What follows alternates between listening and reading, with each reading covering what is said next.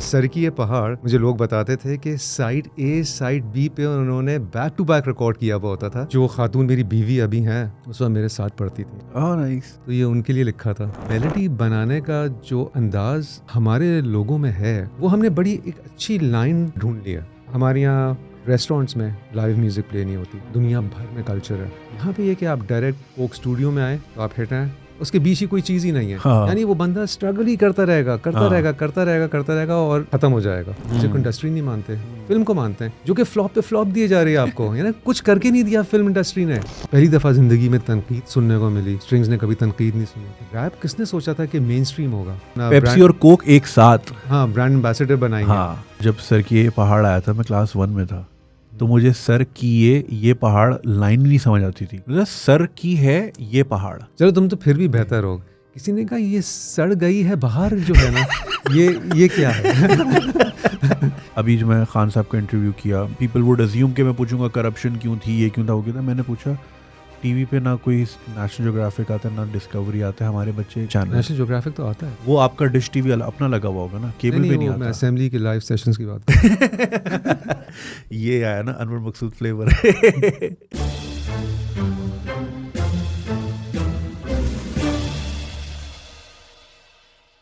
सलाम बिलाल भाई, क्या हाल है? मैं ठीक, आप कैसे हैं? बिल्कुल I सही। cannot contain my excitement because this is like a dream come true.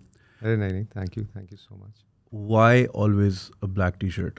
Just trying to make my life simple. ये मैंने को 3-4 साल 2018 में डिसाइड किया था कि इंसान क्या अलमारी खोल कर सोचता है आज ये पहनूं, कितना वक्त ज़ाया होता है। फिर बहुत दफ़ा आप अपनी पुरानी तस्वीरें देखते हैं और कहते हैं ये मैंने क्या पहना था। तो वो सब चीज़ें जो है ना वो ज़िंदगी से ख़त्म करो। काली टी शर्ट्स पहनो। और एक्चुअली मैंने अपने आप को जब भी काली टी शर्ट में अपनी पुरानी तस्वीर देखी ना, ये सही है, ये सही लग रहा हूँ, इसमें कोई गलती नहीं है। तो मैंने कहा कि बेहतर है। और फिर मैंने अपनी वो जो मेरी एप्पल वॉच थी वो भी मैंने उतार दी, मैंने ये घड़ी ख़रीद दी।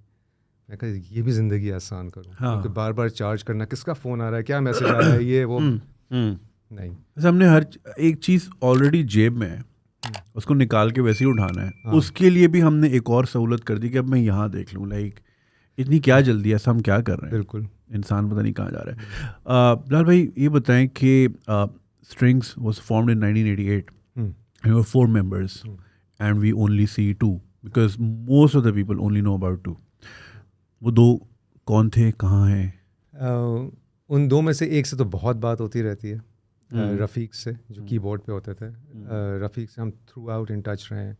और एक्चुअली जब दूर हम रिलीज़ कर रहे थे बताऊँ, हमने सोचा दिस वाज 1999, हम दूर पे काम करना शुरू कर दिया था। तो रफ़ीक करीम बेसिस थे बैंड के, उनको हमने फैसल मैंने कहा कि वापस आ जाओ और हम बैंड स्टार्ट करते हैं। वो लोग आए, हमारी एक मीटिंग हुई, उन्होंने कहा अच्छा ठीक है, हम हैं, वी आर इन। और हम सब ने 10-10 हज़ार रुपये पिच इन किए। 10-10 हज़ार रुपये। ओके। और एक मशीन ख़रीदी, ADAT आते थे इसका एक रिकॉर्डर, वो ख़रीदा। हमने कहा चलो, पता नहीं क्यों ख़रीदा, वो वैसे ही वहीं पड़ा रहा, वहीं ख़राब हो गया, वहीं धूल मट्टी पड़ती रही, सब कुछ हुआ नहीं। लेकिन एक हमने गाना रिकॉर्ड किया, करीम भी था, जो दूर का वर्जन 1 था।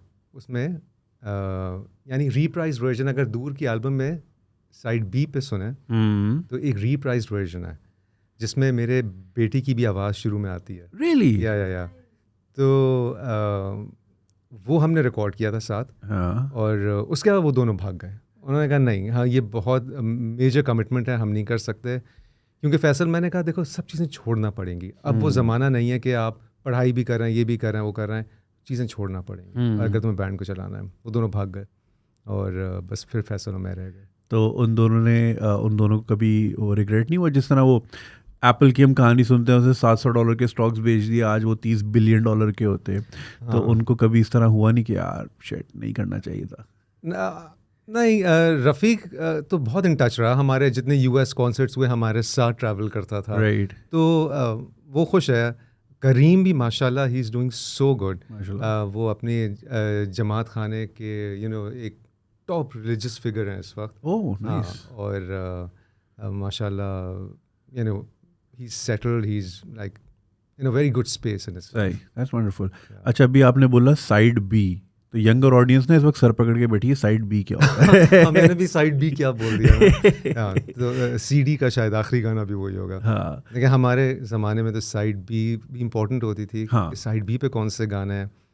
सर की ये पहाड़, मुझे लोग बताते थे कि साइड ए साइड बी पे उन्होंने बैक टू बैक रिकॉर्ड किया हुआ होता था, क्योंकि वो गाड़ी में ना बार बार रिवाइंड रिवाइंड नहीं कर सकते थे, हाँ। तो वो पूरे कैसेट पे ओह सर की वाह। पहाड़ रिकॉर्डेड होता था। अगेन बच्चों को नहीं समझ आ रहा है ये क्या हो रहा है, ये क्या बातें हाँ, हो रही बच्चे है। थोड़ा गूगल कर लें। अच्छा, ये जो आपने साइड बी वाली बात कही ना, this is my observation and may be it's शायद ऐसा ना हो और मुझे ऐसा लगता हो, because I am also from that generation. तो मैंने हमेशा नोटिस किया साइड बी का तीसरा या चौथा गाना हमेशा बहुत अच्छा होता था, जो कि बहुत अंडररेटेड भी होता था।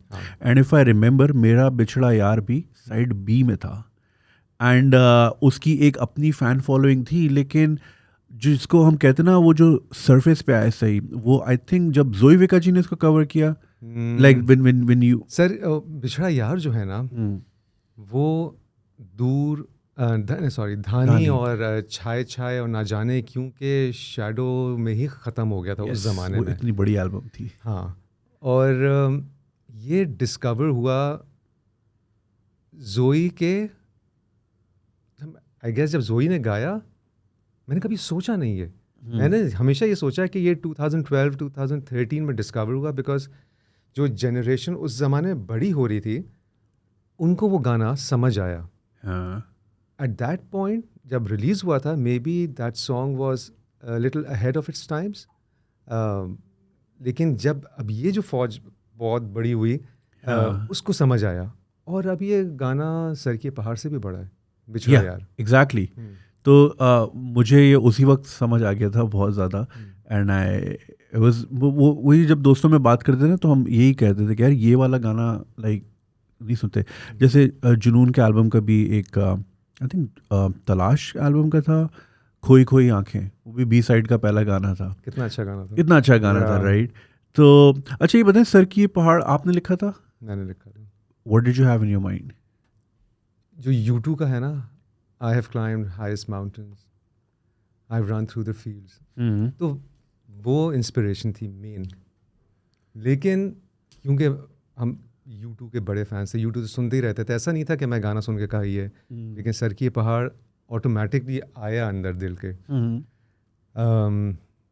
जो खातून मेरी बीवी अभी हैं, उस वक्त मेरे साथ पढ़ती थी वो, ओह नाइस।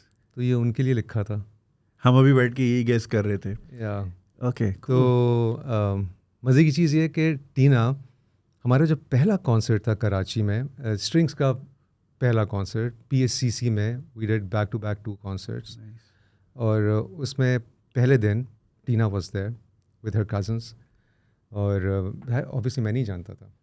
तो कॉन्सर्ट के आखिर में अब्बा भी थे। अच्छा, अब्बा और अम्मी ने ऑर्गेनाइज़ किया था वो। अम्मी गेट पे टिकट्स भी चेक कर रही थी और अब्बा इतने एक्साइटेड हुए, आ गए स्टेज पे ना, आखिरी गाने पे, बिलाल जैकेट फेंको, नहीं पीछे से खड़े, जैकेट फेंको। मैंने कहा नहीं।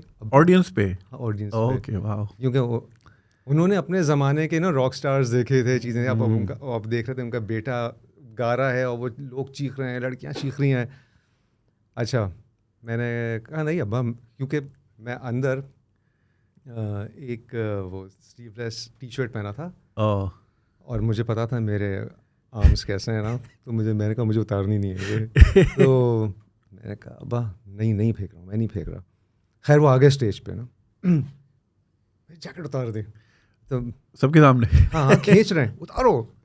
तो खैर मैंने जैकेट उतारी और मैंने क्राउड में फेंकी। हाँ, आधे सेकंड में जैकेट उड़ के वापस मेरे पाँवों पे कि सबने वापस कर दी? वापस कर दी ना। और मैं शर्मिंदा, और मैं अब गिटार बजा रहा हूँ, पाँव से ना जैकेट साइड पे कर रहा हूँ, बस कोई गौर ना करे कि वापस आ गई है। Oh shit. थोड़े दिन बाद जिमखाना में क्रिकेट मैच था मेरे कज़न का, हम बैठे देख रहे थे, तो 2 लड़कियां वॉक कर रही थी। मैंने कहा यार ये बंदी तो मैंने देखी है अपने कॉन्सर्ट पे, ये आई थी। तो मेरे कज़न्स कहते हैं जाओ जाओ बात करो बात करो बात करो। मैं कहा मैं पागल हूँ, मैं जाके बात करूँ? वो वॉक कर रही है, मैं क्यों जाके बात करूँ? खैर ये होगा। फिर मैंने इंडस वैली ज्वाइन कर लिया। मैं अकबर नकवी साहब की लेक्चर था सुबह 8 बजे, पहले दिन पहली क्लास, और मैं बैठा हूँ और मुझे वही बंदी सामने नज़र आती है बैठी हुई। मैंने कहा यार ये हाँ। फिर हमारी बात शुरू हुई तो मुझे पता चला कि उसने ही जैकेट फेंकी थी, उसके ऊपर जैकेट गिरी थी मेरी। ओके। और वो कहती है इतना पसीना था उसमें, मैं 1 सेकंड को नहीं पकड़ सकती थी। उसने वहीं वापस फेंक दी। तो गाना भी उसी के लिए था, और वो मेरी बेगम है। That's so sweet. Yeah. और ये आपको जगह जगह नजर आती रही, don't you think it was a sign from God? It was, है ना? Yeah. अच्छा, अभी आपने U2 की बात की, और फॉर द लॉन्गेस्ट टाइम यही कहते थे कि Strings is U2 of Pakistan. So how important role did U2 play in inspiring you guys? यानी वो एक बैंड था जिसको जो हमें लगता था कि बस ये हमारी डायरेक्शन है। वो हमने पिन ड्रॉप कर दी थी ना अपने अपने जैसे मोबाइल पे आप गूगल मैप से पिन ड्रॉप करते ना, क्या ये है। जो बैंड का एटीट्यूड था, जो जिस तरह वो सालों से म्यूज़िक करते आ रहे थे, और जो उनकी म्यूज़िक की पावर थी, जो रीच थी, वी जस्ट फेल्ट के ये चीज़ है जो हमें करना है। And do you think you've reached that point जो आप चाह रहे थे? नहीं, यानी इट्स नेवर एंडिंग जर्नी। आप कभी उस पे पॉइंट पे पहुंचते नहीं हैं। यूट्यूब भी आई एम श्योर अभी भी सोच रहा होगा कि अब इस नई जनरेशन के लिए हाउ दे शुड री इन्वेंट देमसेल्व्स, अब नया क्या करना है। कोल्ड प्ले को देखो, हर नए थोड़े दिनों के बाद they collaborate with younger artists just to stay relevant. And now they have said कि भाई अब हम 2025 के बाद we won't be making new music, we'll just do concerts. Maybe they are also feeling tired ना कि हम कितना करें और हमें लगता है कि हर चीज़ glittery है और shiny है, लेकिन they know what they are going through right now. And it's not an easy journey for a musician who is constantly thinking कि मुझे क्या करना है, और दुनिया चेंज होती जा रही है, और जो अंडरडॉग्स हैं उनके लिए दुनिया आइडियल है इस वक्त, क्योंकि जो ऑडियंस है वो इंटरनेट पे बैठी हुई है, and they are searching for people जिनको वो ओन कर सके, जिनको वो डिस्कवर कर सकें। ओनरशिप बड़ी इंपॉर्टेंट हो गई है। जैसी आप बड़े हो जाते हैं तो आपकी ऑडियंस की ओनरशिप उस तरह ख़त्म हो जाती है। अब आप एक और लेवल पे आ जाते हैं, फिर वो नए लोगों को ढूंढना शुरू कर देती है। तो बड़े बैंड्स के लिए, बड़े नामों के लिए मुश्किल हो जाता है। छोटे नामों के लिए आजकल की दुनिया एक बहुत ही मज़ेदार प्लेइंग फील्ड है। अच्छा, आपने जो ये बात की कि जैसे cold play keeps collaborating with younger artist, do you think एक तो ये प्रेशर ज़ाहिर होता होगा, हर आर्टिस्ट पे होता है कि you are always equated with the best of your work, कि is it as good as that, right? ये आपके साथ भी लोग कंपेयर करते होंगे, हर किसी के साथ होता है। अभी मैंने रिसेंटली एक पोस्ट देखी थी, James Hetfield of Metallica, he ended up crying on stage in Argentina. He has his mental health issues वगैरह वगैरह। अभी हमने कुछ सालों पहले देखा था, they were Metallica, like the boys Miley Cyrus के साथ गा रहे हैं हावर्ड स्टर्न शो पे, एंड लाइक दुआ लिपा के साथ उनका भी एक फेस्टिवल में like lineup was Dua Lipa, Metallica, like you would never believe that. तो a friend of mine who's like a metal head, वो यही कहते हैं कि these are sell outs, और ये they need to know when to stop. So do you think artist की ज़िंदगी में ये पॉइंट आना चाहिए और वो नहीं ले पा रहा होता कि यार I think it's about time, I need to like मुझे अब दूसरे को देनी है? This is exactly what we did with Strings. Faisal में हमेशा ही बात करते थे कि हम वो पॉइंट नहीं आने देंगे जहाँ पे हम डिनाइल में हो कि we are still big. Because in our career of 33 years, we have seen so many people going through that phase where they feel that, oh, हम टॉप पे हैं, ये जूनियर है, हम सीनियर आर्टिस्ट हैं. आप इज़्ज़त छीन के मांग नहीं सकते ना. आपको इज़्ज़त मिलनी चाहिए. फैसल और मैं हमेशा ही बात करते थे कि हम अपनी सेल्फिश रीजंस के लिए कि पैसे आ रहे हैं, आने दो, हम कभी स्ट्रिंग्स को नाम ख़राब नहीं करेंगे. हम स्ट्रिंग्स हमसे बड़ा है, मुझसे भी बड़ा है, फैसल से भी बड़ा है, और स्ट्रिंग्स की इज़्ज़त पहले. तो ये जो पॉइंट कोविड और लॉकडाउन का आया ना, इसने हमारे लिए वो डिसीजन लेना इतना आसान कर दिया था कि हमने 6 एल्बम्स की, 6 सुपर एल्बम्स माशाल्लाह. और उसके बाद 4 साल कोक स्टूडियो किया. कोक स्टूडियो को भी हम ले गए टॉप पे माशाल्लाह. फिर उसके बाद हमने कॉन्सर्ट्स करना शुरू किए. जो एक हम समझते थे कि हमारी लाइव साउंड बहुत अच्छी है, लेकिन उसका स्टैम्प नहीं लग रहा था. कोई उस तरह अग्री नहीं कर रहा था ना, क्योंकि आसान नहीं था कहना कि इतने लाइव बैंड्स के अराउंड के स्ट्रिंग्स की लाइव साउंड अच्छी. लेकिन रेड बुल साउंड क्लैश ने वो भी स्टैम्प लगा दिया कि इनकी लाइव साउंड किक-एस है. और उसके बाद हमने यही सोचा कि सब चीज़ें तो हो गई हैं, क्या यही वक्त है हम स्ट्रिंग्स को ख़त्म कर दें और हम उस एज में आ गए हैं जहाँ पे हम अपनी ज़िंदगी को और एक्सप्लोर करें कि हम करना क्या चाहते हैं. You know, now we have a chance to get out of this डब्बा and explore something new, expand your horizons. तो we took that decision in 5 seconds. Really? And you were 5 second थोड़ी ज़्यादा मैं कह रहा हूँ. And you were 25 सेकंड कर लो. And you were both mentally there, like आप में से किसी एक ने, I'm sure, must have broken the ice, and the other person was like, हाँ सही कह रहे हो. No, फैसल was saying 2 साल का गैप लेते हैं. Okay. मैंने कहा फैसल 2 साल का गैप लेंगे ना तो दुनिया कितनी जल्दी चेंज हो रही है. और तुम सोचो अगर आज 1 साल होता उस चीज़ को, दुनिया कितनी चेंज हो चुकी होती. उसके बाद 1 साल और, तो वापस आने का तो कोई पॉइंट ही नहीं था ना. मैंने कहा देखो वापस आने का फिर कोई पॉइंट नहीं है. यानी कितना इन्वेस्ट करोगे, टाइम, पैसे, म्यूज़िक भी हम कहाँ होंगे मुझे नहीं पता. तो बेहतर ये ख़त्म कर दो.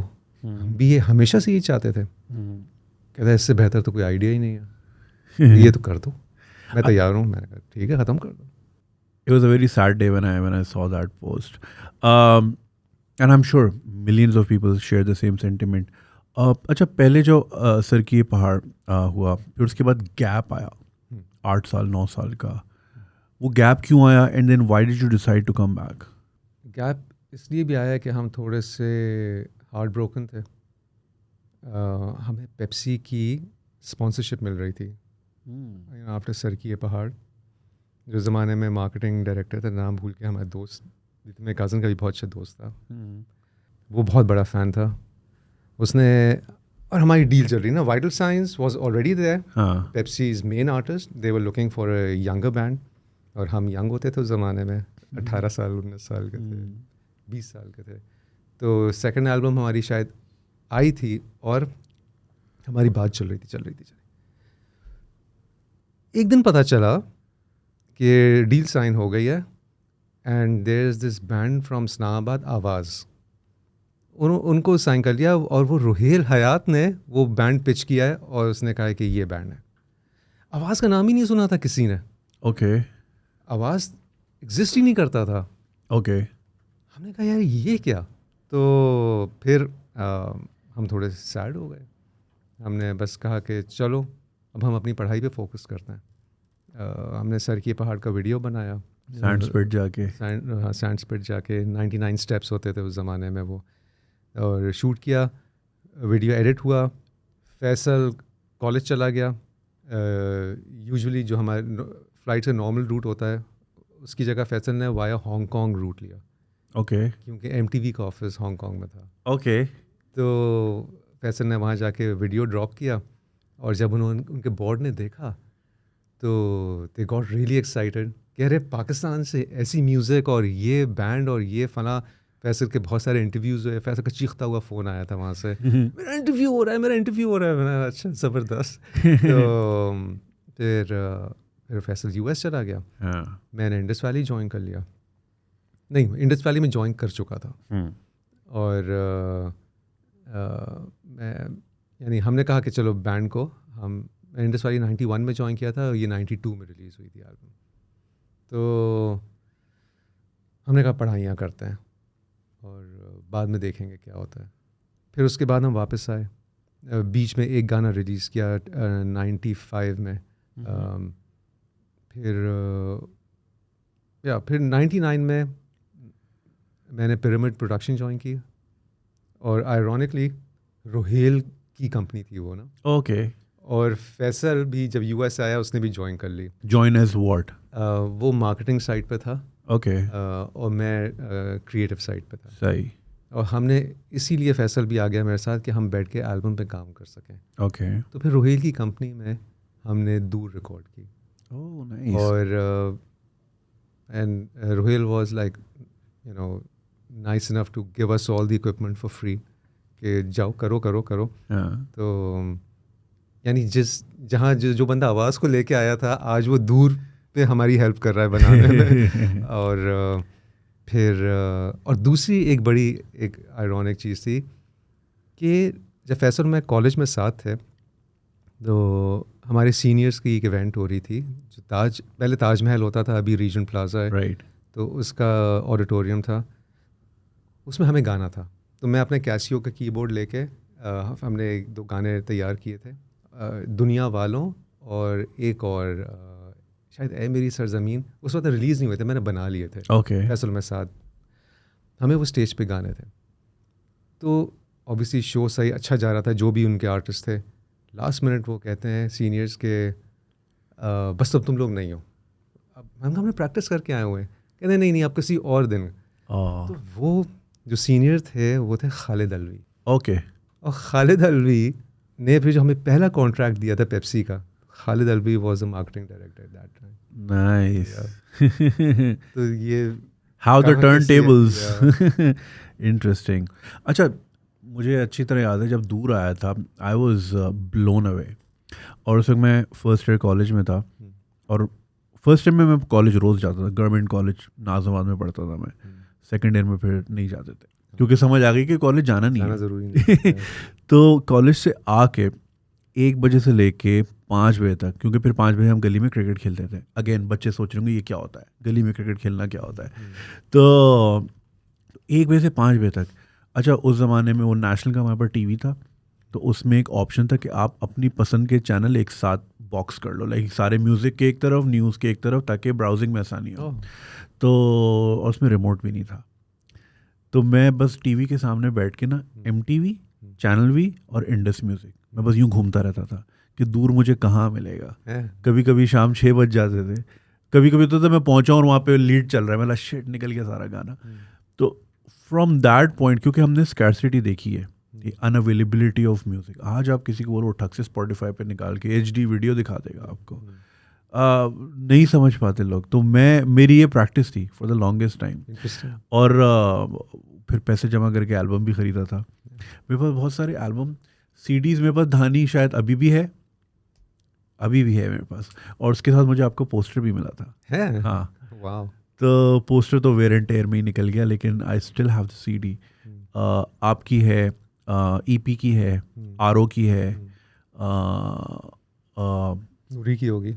नूरी की मिल नहीं रही लेकिन थी। अच्छा, संभल नहीं पाई क्योंकि नूरी की बढ़ती बहुत थी शायद। और बीकाल हसन की। तो ये मेरे प्राइस्ड पोजेशंस हैं। अच्छा, फिर लाइक दूर ने ऑब्वियसली एल्बम ने put you on the surface like never before. And then उस वक्त इंडिया भी ओके सीन था, and then like super okay था। Tell us about your experiences in performing in India. Actually, India completely changed our lives in the sense that when we released Dur in Pakistan first, लोगों को समझ नहीं आ रहा था. It wasn't an instant hit. Oh, really? Yeah. उसी वक्त हारून की यारा हूँ मैं यारा, है ना, वो रिलीज़ हुआ था, दोनों साथ साथ रिलीज़ हुए थे from the same label BMN record. Right. तो वो ज़माना था जब जवाद अहमद, हदीका कयानी, शहजाद रॉय, अब्रार, जवाद और अब्रार टॉप आर्टिस्ट होते थे और सबसे ज़्यादा पैसे अब्रार मांगता था, जुनून भी अब्रार से कम पैसे लेता था उस really? ज़माने में। हाँ, ऐसा हो गया था ना, क्योंकि पंजाबी हाँ, म्यूजिक masses, yeah, crazy. बहुत क्रेजी थी ना। उस ज़माने में एक गाना आता है दूर, हाँ, लोगों को नहीं समझ आया। हाँ, बीट ही नहीं मैच हो रही। नहीं बीट नहीं मैच हो रही थी। अनजाने दूर, जाने दो, कुछ तो हो गया, लोगों को नहीं समझ आ रहा था। फिर जब हम इंडिया गए तो इंडिया में हमें जितनी लेबल्स थी सब ने ऑफ़र दी कि आप प्लीज़ हमारे साथ आएँ, क्योंकि ये वो लोग थे उन लेबल्स में काम कर रहे थे जो कॉलेज में थे जब सर की ये पहाड़ आया था। Oh wow. और उन्होंने कहा कि बस तुम लोग हमारे साथ हो। सर की ये पहाड़ वहाँ भी पहुँच गया था। अरे सर की ये पहाड़ was a super duper hit in India. हमें तो Really? समझ ही नहीं आता, हमें तो दूरदर्शन से हाँ। लेटर आया था उस ज़माने में 92 में, हाँ शालीमार रिकॉर्ड्स में, कि हमें इसके राइट्स चाहिए to air it on TV, Doordarshan. Wow. India के हर क्लब में सर की पहाड़ का रीमिक्स था। ये रिमिक्स सुनना है मुझे। मुझे भी सुनना है, लेकिन कितने लोगों से हम मिले इंडिया में जिन्होंने पायरेटेड हमें एल्बम्स दिखाई हैं हमारी सर की पहाड़ वाली, ओह वाओ। स्ट्रिंग्स 2।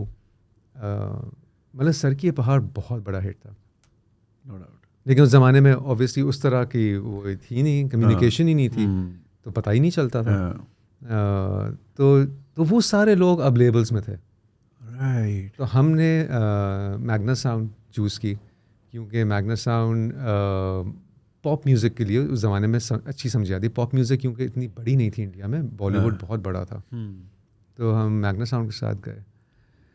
2 महीने हमने भी प्रमोटेड दूर, you know, all over the media, जितने न्यूज़पेपर्स, जितने चैनल्स, जिस तरह अभी तुम बता रहे थे कि चैनल V, MTV, B4U, फला। और जब हम वापस आए कराची 2 महीने बाद, तो हर कोई, यानी मेरे घर के गली के सामने जो एक खटक स्टोर है, मैं वहाँ गया कि सर आपका तो हम गाने देखते रहते हैं। तो मैंने कहा अच्छा, ये तो बड़ी अच्छी बात है। दूर was a super duper hit, यानी सब कुछ बदल गया था उन 2 महीनों की वजह से। मैंने भी MTV और V पे ही सुना था पहली बार। वही ना, पाकिस्तान में नहीं पता चला। हाँ। पाकिस्तान में हमने 2-3 महीने हो गए थे एल्बम रिलीज हुए। अच्छा, ऐसा क्यों होता है कि जब तक इंडिया का लेबल ना लगे तो आतिफ नहीं बनता या राहत नहीं बनता? हम पहले क्यों नहीं एक्सेप्ट कर पाते? क्या हमें दूसरों की वैलिडेशन लेना ज़रूरी है बहुत? Why is it like this? मेरे ख्याल से इसका एक रीज़न है कि इंडिया आपके काम के पीछे पैसे लगाता है, वो पंप करता है, और वो हर जगह नज़र आता है, चाहे वो फिल्मी गाना हो, चाहे वो पॉप गाना हो। तो और इस ज़माने में जब चीज़ ज़्यादा नज़र आती है तो आपको समझ आती है, और जब 4 लोग बात करेंगे तो आप कहेंगे अच्छा मैं भी देखता हूँ। तो एक तो ये रीज़न है, लेकिन हर दफ़ा इंडिया के लेबल स्टैंप लगाने से काम नहीं चला है, हर दफ़ा नहीं चला है। बहुत सारे लोग और भी गए, हाँ, you're right, लेकिन जिनमें दम था वो ही निकले। ऐसा नहीं है कि सब निकले वहाँ से। हाँ, कोमल रिजवी भी गई थी। है जो भी, मुझे नहीं पता, लेकिन जो भी। राइट। अच्छा, एक और चीज़ मैंने आपसे पूछनी थी एज अ म्यूजिशियन, ये कि इंडिया का म्यूज़िक बहुत स्ट्रॉन्ग है, बहुत ज़्यादा स्ट्रॉन्ग है, right? It's in the culture, I mean बुरा नहीं समझा जाता। Bollywood music is amazing, but उनका पॉप वो चीज़ नहीं कर पाया। हमारा पॉप बहुत अमेजिंग है, लेकिन हमारा मूवी का नहीं। ये ऐसा क्यों है? अच्छा, उनका रॉक बहुत अमेजिंग है, उनके रॉक बैंड्स हैं, उन जो फेस्टिवल्स प्ले करते हैं, जो अंडरग्राउंड प्ले करते हैं, और उनकी म्यूजिशियनशिप जो है वो लाइक सुपर डुपर है।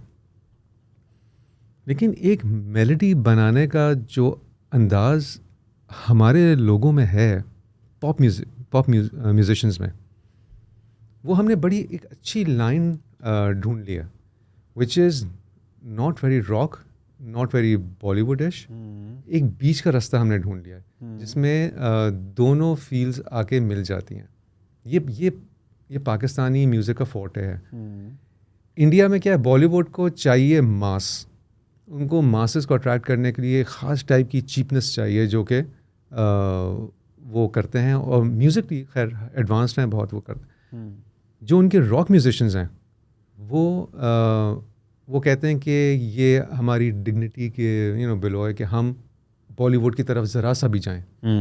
तो वो 70s के 60s के वो रेट्रो रॉक में ही फंसे हुए हैं, उससे बाहर निकल नहीं रहे.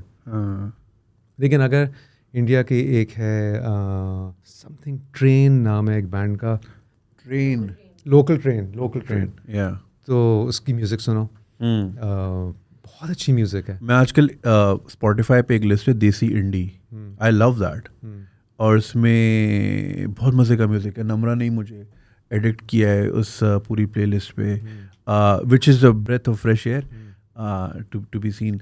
अच्छा, मुझे एक चीज़ और बताएं, वो ये कि 80s in Pakistan was extremely hard line, right wing, but at the same time हम देखते हैं पॉप म्यूज़िक फट के निकला.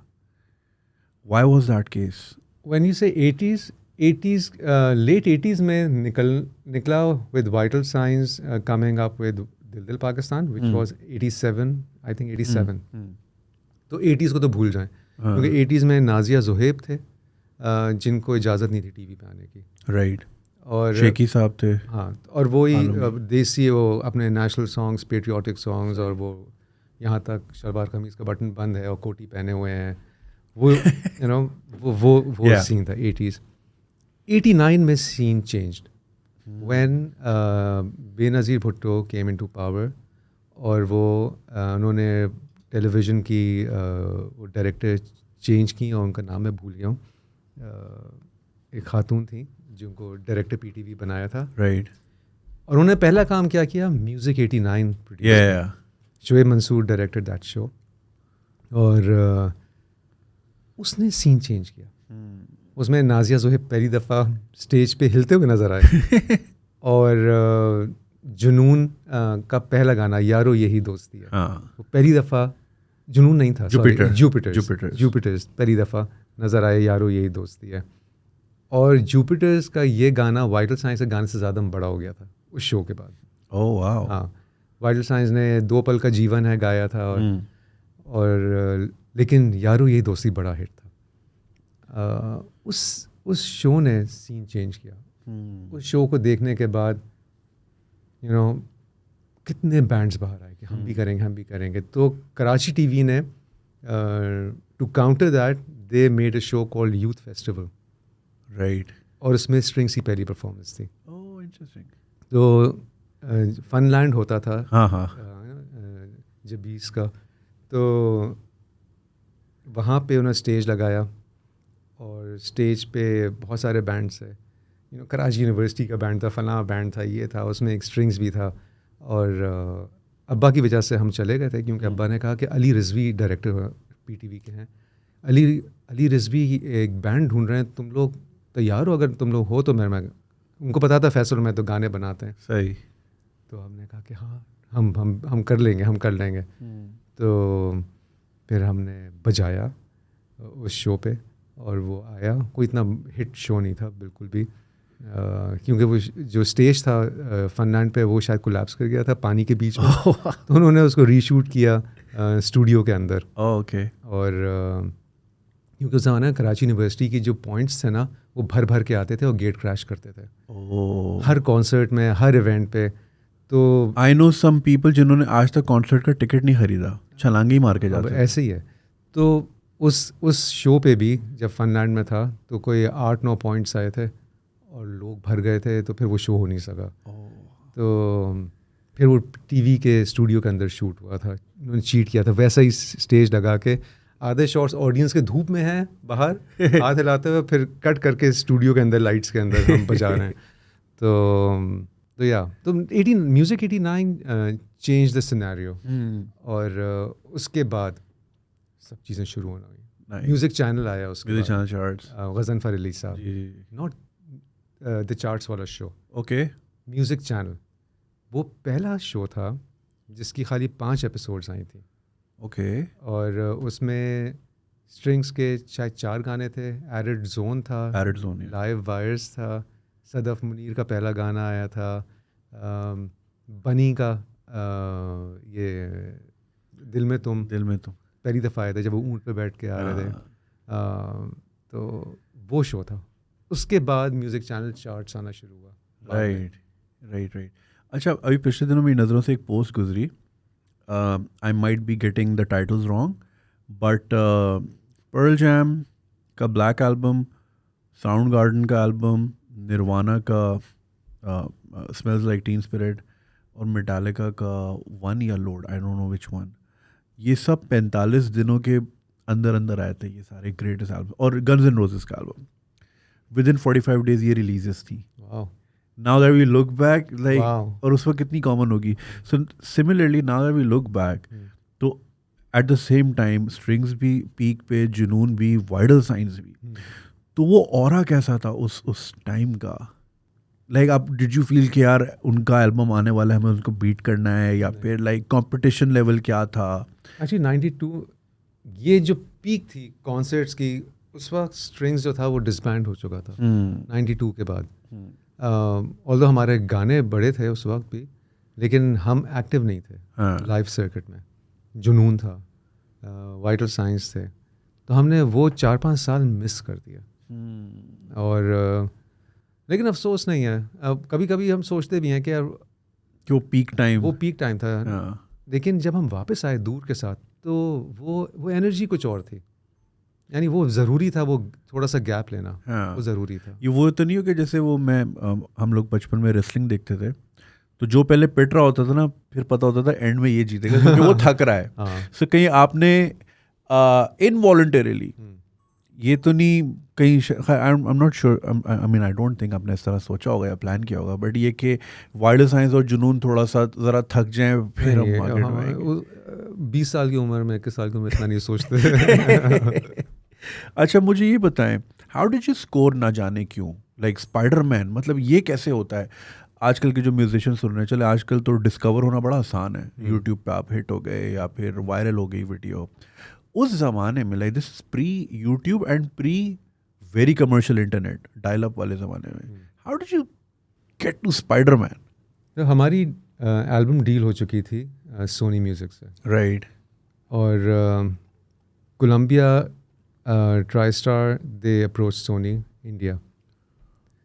They wanted an Indian band to make a song for the movie.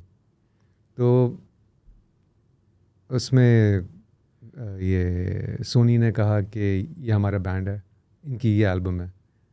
तो उन लोगों ने they selected a song. Oh really? Yeah. And then वहाँ से अप्रूवल आया कि yeah, we are okay with the song. So when you got a call from Sony India कि ये हो रहा है, how did you feel? Junaid, हमने फैसल और मैं, हमारा बैंड एक कॉन्सर्ट करके आ रहा था.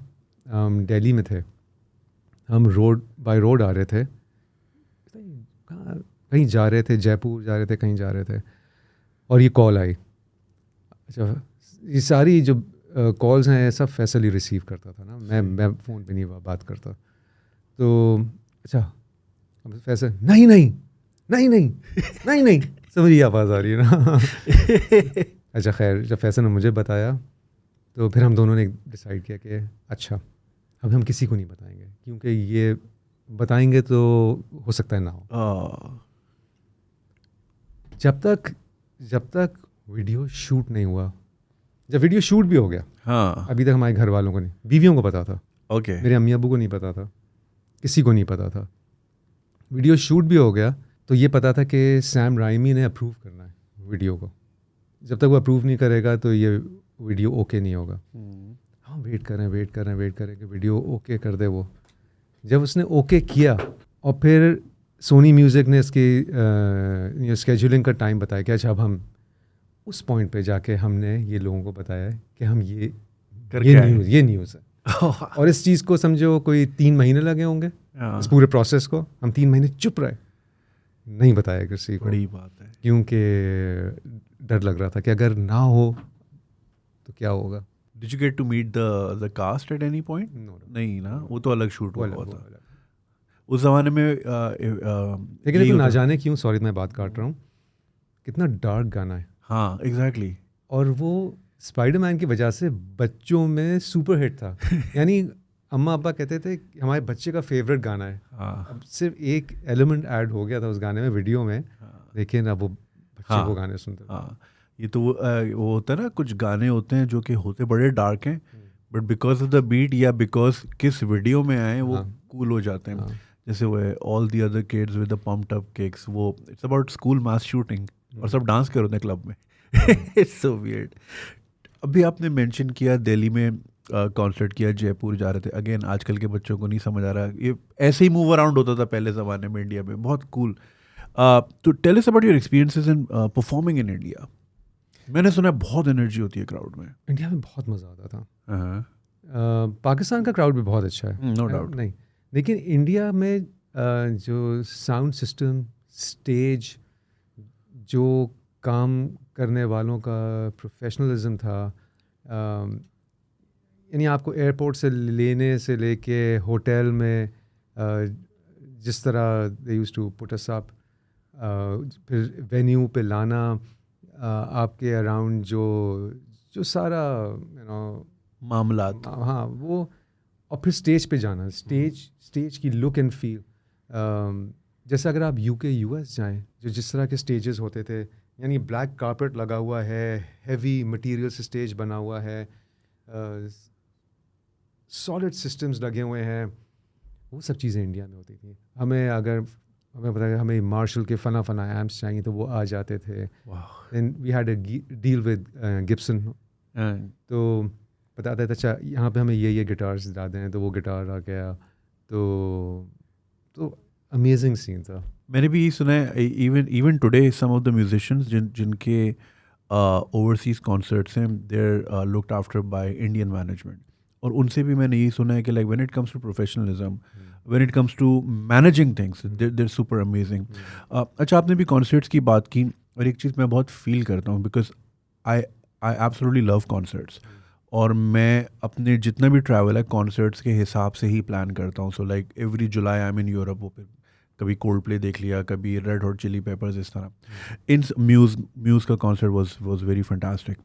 मैं जो एक चीज़ बहुत देख के इन्जॉय करता हूँ और फिर सैड होता हूँ, वो ये कि नॉट ओनली उनकी म्यूज़िकल परफॉर्मेंस से आप महजूज हो रहे होते हैं, लेकिन चूँकि आप इतना दूर होते हैं, अगर आप O2 अरीना में 45 पाउंड वाले में बैठे हैं तो आप बहुत दूर हैं, तो उनका जो विजुअल एक्सपीरियंस है वो भी उतना ही अच्छा होता है। कोल्ड प्ले का तो बहुत ही मेजमराइजिंग सेटअप होता है। हमारे यहाँ विजुअल्स पे बिल्कुल काम नहीं होता। और ये बात मैंने एक बार जुल्फी भाई के साथ भी की थी, और वो यही कह रहे थे कि यहाँ पे कॉस्ट ही नहीं मीट हो पाएगी, आपको फिर टिकट के प्राइस बढ़ाने पड़ेंगे, फिर लोग आएंगे नहीं, तो फिर वो हो नहीं सकेगा। बट इट्स रियली सैड कि वो हमें विजुअल एक्सपीरियंस अभी तक बहुत लोगों ने एक्सपीरियंस नहीं किया है कॉन्सर्ट में। मेरे को कॉन्सर्ट क्या है, कॉन्सर्ट तो लाइट एंड साउंड ही है ना, और लाइट में विजुअल्स हैं सारे। पिंक फ्लॉयड उस ज़माने में अपने विजुअल्स की वजह से कितना वो था कि पिंक फ्लॉयड का कॉन्सर्ट देखना ज़रूरी है। आजकल चीज़ें उस तरह अवेलेबल हैं जो अगर हम चाहें तो हम भी कर सकते हैं सब चीज़ें, लेकिन ऑब्वियसली कॉस्ट है ना, सबको अपनी कॉस्ट देखनी है। बस यही है कि यहाँ पे क्राउड, अगर आपको पता है कि 15-20 हज़ार लोग गारंटीड आएंगे, तो इंसान उतना इन्वेस्ट भी कर दे, लेकिन आपको पता है यहाँ पे कोई टिकट तो ख़रीदता नहीं है, सबको फलांग के ही आना होता है। फलांग के आना, या किसी मामू को फ़ोन कर दिया, घुसा दो, एंट्री करा दो। फिर एक तरफ हम कहते हैं जी, अच्छा सारी ज़िंदगी हम सपोर्ट नहीं करते म्यूजिशियन को, डाउनलोड कर लिए गाने, फिल्में टॉरेंट कर ली, फिर जब वो आर्टिस्ट कसम पुरसी की हालत में आता है तो कहते हैं गवर्नमेंट सपोर्ट नहीं करती। अरे आपने करना था, गवर्नमेंट का काम सपोर्ट करना नहीं होता आर्टिस्ट को, वो माहौल क्रिएट करके देना होता है जहाँ पे वो अपना टैलेंट को एक्सप्लोर कर सके, फर्दर कर सके। सपोर्ट आपने करना है, टिकट खरीद के, कैसेट खरीद के, मर्चेंडाइज खरीद के, वो हम नहीं करते, और फिर एंड में हम गवर्नमेंट पे डाल देते हैं। नहीं, चलो अगर वो आप ना भी ख़रीदें कोई बात नहीं, लेकिन ये बात है कि गवर्नमेंट को ना हालात ऐसे बनाने चाहिए कि म्यूज़िक फ्लरिश करे। परवेज़ मुशर्रफ साहब के पहले 5 साल उन्होंने हालात ऐसे बनाए थे कि म्यूज़िक फ्लरिश करना शुरू कर दी थी। कितने चैनल्स, कितने बैंड्स, क्लासिकल म्यूज़िक लोग खुश थे, क्लासिकल म्यूज़िक की मीट्स हो रही थी, चीज़ें हो रही थी। औरों का मुझे पता नहीं और जगहों पे क्या चीज़ें हो रही थी, लेकिन म्यूज़िक कम्युनिटी बहुत खुश थी। अगर हमारे यहाँ रेस्टोरेंट्स में लाइव म्यूज़िक प्ले नहीं होती, दुनिया भर में कल्चर है। ट्रू। इंडिया में बहुत बड़ा कल्चर है, US UK में कल्चर है। वो बड़ा ज़रूरी होता है कि हर बैंड के लिए ना वो स्टेप 1 होता है।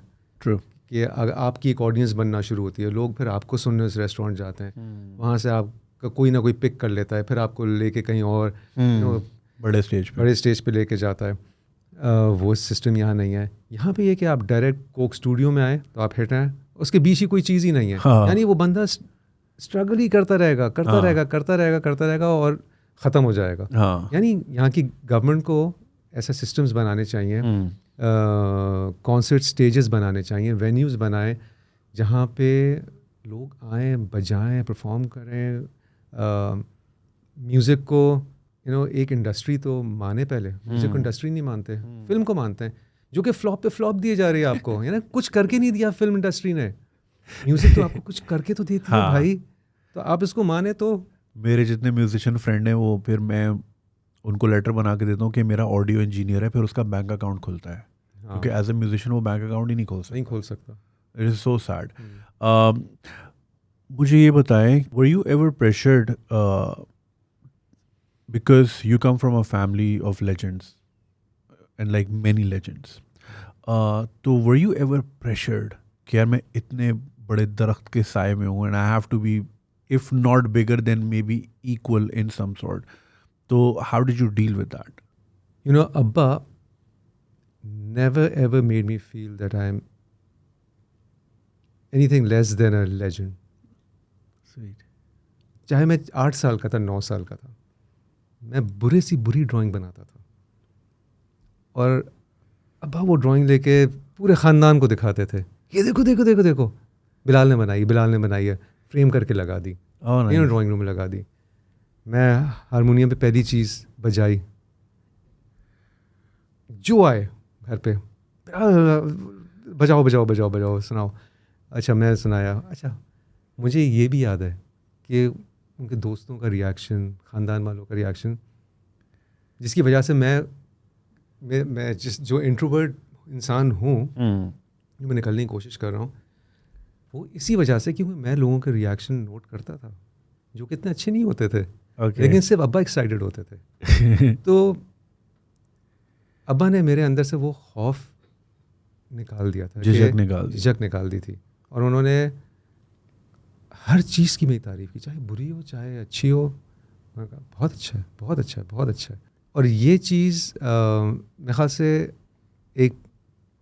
से किसी हर पेरेंट के लिए ये बड़ी ज़रूरी है कि अपने बच्चों को वो कॉन्फिडेंस दें, बजाय तनकीद करें। मैंने अपने बच्चों पे भी तनकीद करता हूँ, लेकिन फिर मैं अपने आप को चेक करता हूँ कि मेरे अब्बा ने मुझे कभी तनकीद नहीं की। और इंसान सीख ही जाता है, आप उससे निकल ही जाते हैं। अगर आप गलत कर रहे हैं तो आपको थोड़ी देर में खुद ही रियलाइज़ हो जाएगा कि हाँ मुझे बेहतर करना है, इससे सही करना है। लेकिन अगर आपको तनकीद ही मिलती रहेगी तो वो तो आप टूट ही जाएंगे अंदर। अच्छा, अभी आपने बात की बीइंग एन इंट्रोवर्ट, अभी आपका मैं नया गाना देखा माशाल्लाह, नया और इट्स अ ब्यूटीफुल वीडियो, और उसमें मैंने आपको पहली बार बहुत एनिमेटेड देखा, लाइक आप चल रहे हैं, आपको हमेशा एक जगह गिटार बजाते हुए देखा है हर वीडियो में तकरीबन, इफ़ आई रिमेंबर। इसमें आप चल रहे हैं, यू वेविंग एट पीपल, आप कुत्ता है उसको देख रहे हैं, टैक्सी में बैठ रहे हैं, so like where is this energy coming from? ये सब स्टोर्ड अप थी, it is coming out now, and you are right, I used to be on the right side of the stage and just playing my guitar. उन 33 सालों में मैंने कभी stage से crowd से बात नहीं की, हमेशा फैसल करता था। हाँ। मेरे गानों के लिए भी यानी सर की ये पहाड़ को अगर इंट्रोड्यूस कराना है तो द नेक्स्ट सॉन्ग इज़ फला फला फला फला फला, वी मेड दिस सॉन्ग, ब्ला ब्ला ब्ला ब्ला। फिर मैं आता था और मैं गाता था और फिर मैं वापस चला जाता था। लेकिन अब ये जो गाना है नया नया, ये एक्चुअली वही है जो मैं फ़ील कर रहा हूँ। और ये जो आप वीडियो देख रहे हैं, ये वही है जो मैं अंदर इमेजिन करता था कि क्या मैं ये हूँ, क्या मैं इतना खुश हूँ, क्या मैं इतना डांस कर सकता हूँ, क्या मैं खुल के गा सकता हूँ। ये नहीं कह रहा कि स्ट्रिंग्स ने मुझे दबा के रखा, कभी भी नहीं। लेकिन स्ट्रिंग्स का एक इकोसिस्टम था ना, आप उसको ब्रेक नहीं कर सकते थे, उसको तोड़ नहीं सकते थे। तो आई एम श्योर फैसल भी बहुत सारी चीज़ें कंटेन रखता होगा, बहुत सारी चीज़ें कहना चाहता होगा, नहीं कह पाता होगा, करना चाहता होगा, नहीं कर पाता होगा। मेरे साथ भी ये था, क्योंकि फैंस की एक्सपेक्टेशन थी। अगर स्टेज पे मैं और फैसल दोनों ही बहुत वोकल हो जाएं, दोनों ही लोगों से बात करने में एक से आगे निकलना चाह रहे हो, तो लोग हैं ये तो स्ट्रिंग्स नहीं है। तो अब वो नहीं है, तो अब हम दोनों अपने इंडिविजुअल इंसान हैं। So like you're saying कि एक certain decorum था and it was probably not written or discussed, but एक ये हाँ, naturally बना हुआ था। बिल्कुल बना था, और एक अंडरस्टैंडिंग थी जो कि कभी which was never discussed but was there. That's sweet. And how was your experience in Coke Studio? मेरे ख्याल से मेरी ज़िंदगी के वो 4 बहुत अच्छे साल गुजरे, बहुत सीखा और बहुत प्यार मिला। पहली दफ़ा ज़िंदगी में तनकीद सुनने को मिली। स्ट्रिंग्स ने कभी तनकीद नहीं सुनी थी, और तनकीद को एक्सेप्ट करने का तरीका भी सीखा, जो पहले कभी सोचा भी नहीं था ज़िंदगी में कि कभी स्ट्रिंग्स के साथ बुराई भी आ सकती है। नहीं, कभी भी नहीं आ सकती थी। लेकिन कोक स्टूडियो के बाद वो भी चीज़ हमें पता चली कि ये भी एक चीज़ होती है। लेकिन सीखा, बहुत बहुत सीखा। लोगों से इंटरेक्शन, म्यूज़िक की नई डायरेक्शन, जो कुछ यानी as a producer, music composer, writer मैं करना चाहता था, वो सब चीज़ें करने का मौका मिला। हर जॉनरा में थोड़ा थोड़ा काम किया, और तो अब फिर उसके बाद कोक स्टूडियो जहाँ गया, तो अल्लाह मियाँ ने उसका सिला भी दे दिया सारी मेहनत का। हमने उस ज़माने में 4 साल स्ट्रिंग्स को बिल्कुल ज़ीरो कर दिया था। स्ट्रिंग्स ख़त्म हो गया था, और हमने कितने कॉन्सर्ट्स हम मना किया, नहीं कर सकते हम, क्योंकि हमारा फोकस ये है। Do you think that became the reason जो फिर आगे जाके आपको लगा कि we might have to end it? हाँ, हमने कहा कि 30 साल हो गए थे स्ट्रिंग्स को, हमें 30 इयर्स एक बड़ी मेजर माइलस्टोन है, तो we had to celebrate that. और उसके लिए एक एल्बम निकालनी ज़रूरी थी जिसका नाम शुरू से दिमाग में था 30। और हमने कहा कि ये कोक स्टूडियो के साथ तो नहीं हो सकता। और हमने ये भी सोचा कि ये एक अच्छा टाइम है ख़त्म करने का। अगेन, जिस तरह स्ट्रिंग्स को ख़त्म किया, इसी तरह हमने कोक स्टूडियो को भी, कि इसको रेंगना नहीं है। हमने इसकी पीक देख ली है, और अब ये I think it's the right time to just call it a day and focus on our own work. अच्छा, एक सवाल जो मैं अली अज़मत साहब से भी पूछा, शालम से भी पूछा, आपसे भी पूछूंगा, what were those bands when you were in the circuit शुरू में, और वो भी साथ थे, आपको लगा बैंड हो गया, आर्टिस्ट हो गया, आपको लगा यार this person will make it, ये अगला मिक जैगर है, या ये अगला जो है, ये सीन बहुत सीन है इसका, and then they just didn't make it for whatever reason? कौन से ऐसे आर्टिस्ट है जिनका आपको बहुत अफसोस होता है कि you wish they could have made it to the global scene? मुझे लगता है नूरी एक बहुत अच्छा, बहुत बड़ा बैंड था पाकिस्तान में। पाकिस्तान से बाहर मैंने उस तरह उनकी फॉलोइंग नहीं देखी। Do you remember milestones? ठीक थे। हाँ, यानी मुझे लगा उस ज़माने के लिए इसकी अली टिम की जो मेलोडीज़ थी अच्छी थी, ज़ियाद की गिटार प्लेइंग, फंक गिटार्स अच्छे बजाता था, लेकिन वो मुझे लगता था वो की थोड़ा सा लैक करता था, कोई एक चीज़ थी जिसकी कमी थी, वो यानी आइडेंटिफाई उस तरह आप नहीं कर सकते क्या था, लेकिन होता नहीं एक एलिमेंट की कमी थी। बाज़ लोगों में बहुत कमियां होती हैं, लेकिन वो एलिमेंट होता है जिसकी वजह से वो चल जाते हैं। तो उनका बैंड हर तरह से on paper they were ticking all the boxes, लेकिन पता नहीं, हाँ, फॉर सम रीज़न। या अच्छा, the artist of your era, आप लोगों ने ज़ाहिर है इतनी फ़ैन फॉलोइंग देखी, सब कुछ देखा, and then came social media. सड़क पे जो बंदा या मॉल में या एयरपोर्ट पे जो मिलता है ना, चाहे वो आपका जितना बड़ा हेटर हो, आपके साथ सेल्फी ज़रूर खिंचाता है, ठीक है, बट समहाउ वो स्क्रीन के इधर आके जो है ना वो फिर उल्टा हो जाता है, मुंह पे आके कभी कोई नहीं बोलता। तो जो फर्स्ट टाइम जब आप, जैसा कि आपने भी कहा कि तनकीद भी सुनी, तो how did you take it, और आपके लिए वो कैसा था फीलिंग? बहुत सैड था, है ना? बहुत सैड था। सीज़न 7 लॉन्च हुआ था, और जब वो लिखा आना शुरू हुआ कि वी वांट रोहेल बैक, तो मुझे उस वक्त समझ नहीं आई कि भाई तुम ही लोग तो चीख रहे थे सीज़न 6 पे, और सीज़न 5 पे कि कोक स्टूडियो में कुछ ये रहा नहीं है और ये वो फला, तो मुझे समझ नहीं आया।